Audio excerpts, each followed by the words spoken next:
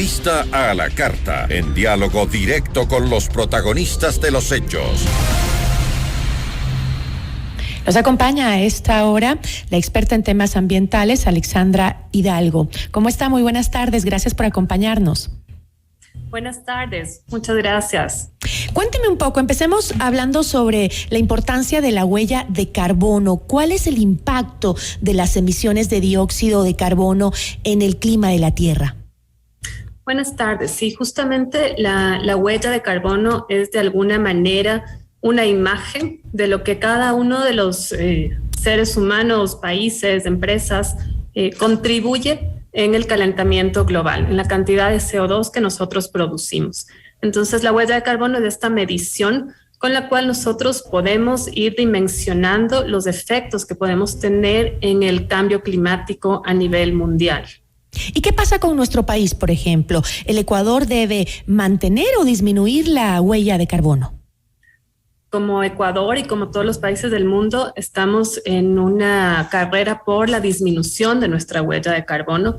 Tenemos planteado metas hasta el año 2050 para poder tener efectivamente cero emisiones netas. Es decir, que lo que nosotros estamos emitiendo también pueda ser reabsorbido y en global sea cero. O sea, no haya una emisión más allá de dióxido de carbono al planeta. ¿Y cuánto tiempo tenemos para lograr eso y que la naturaleza no se vuelva en nuestra contra por el daño que le estamos haciendo? Tenemos hasta el año 2030, la Agenda 2030 de las Naciones Unidas, es decir, que nos queda poco menos de 8 años. Como país tenemos planteado tratar de llegar a un 20% de reducción de nuestras emisiones de gases de efecto invernadero y la verdad es que nos queda poco tiempo ya. Ahora, alrededor del mundo se hacen cientos de campañas para que los ciudadanos hagan conciencia sobre el tema ambiental. Sin embargo, las acciones de los individuos son representativas frente al gran impacto ambiental que tienen las empresas, ¿cree usted? Yo creo que todavía nos falta. Yo creo que es un momento en el que tal vez recién estamos comenzando a tomar conciencia y que entonces las acciones que estamos por tomar tienen que ser más drásticas, tienen que ser más relevantes. Ya no solamente es un decir o un hablar de que el cambio del clima lo va a venir, sino que lo estamos viendo ya. Y entonces, efectivamente, las acciones que tomemos tienen que ser mucho más relevantes y mucho más impactantes en esta reducción. Estaba leyendo que Anavanlab es una empresa que ha sido designada como organismo para verificar la huella de carbono que hay en el país específicamente. Es parte de este programa Ecuador Carbono Cero del Ministerio de Ambiente. ¿Cree usted, las industrias certificar una baja emisión de carbono? ¿Se debe hacer una investigación para ver que las industrias cumplan? Por el momento, el programa del Ministerio de Ambiente es un programa voluntario, es decir, se está contando con esta decisión real de las empresas que voluntariamente se quieran adherir y por lo tanto quieran cuantificar. Este es el primer paso, es decir, tener un inventario de cuáles son las emisiones, poder tener un número. Y en este sentido, la verificación es importante porque nos permite tener una información transparente que pueda ser también comparable con otros países. Son normas internacionales con las cuales se hacen estas verificaciones y por tanto podemos tener esa coherencia y esa transparencia que es lo que nos exige todos estos organismos internacionales también.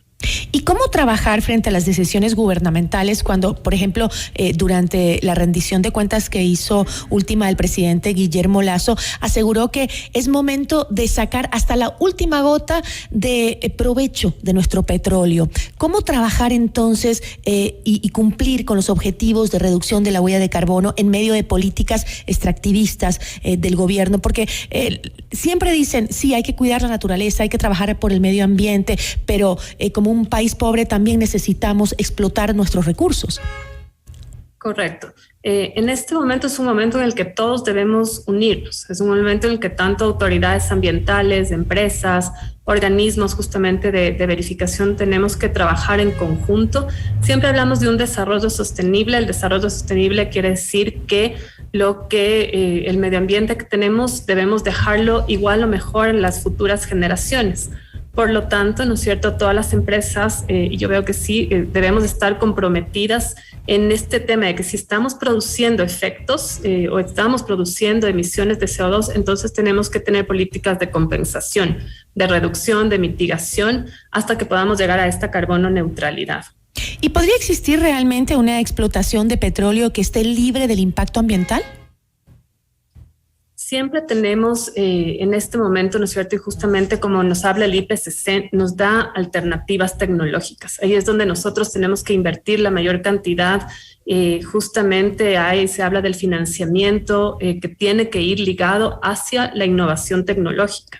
Uh-huh. Y por lo tanto, entonces, comenzar a trabajar con tecnologías limpias y definitivamente a lo largo del tiempo veremos que vamos a ir cambiando también estas matrices y entonces comenzar a tener otro tipo de energía, ¿no es cierto? Y no depender netamente de lo que son combustibles fósiles. Es decir, las industrias ya deben empezar a prepararse para cumplir con estos objetivos de reducción de la huella de carbono.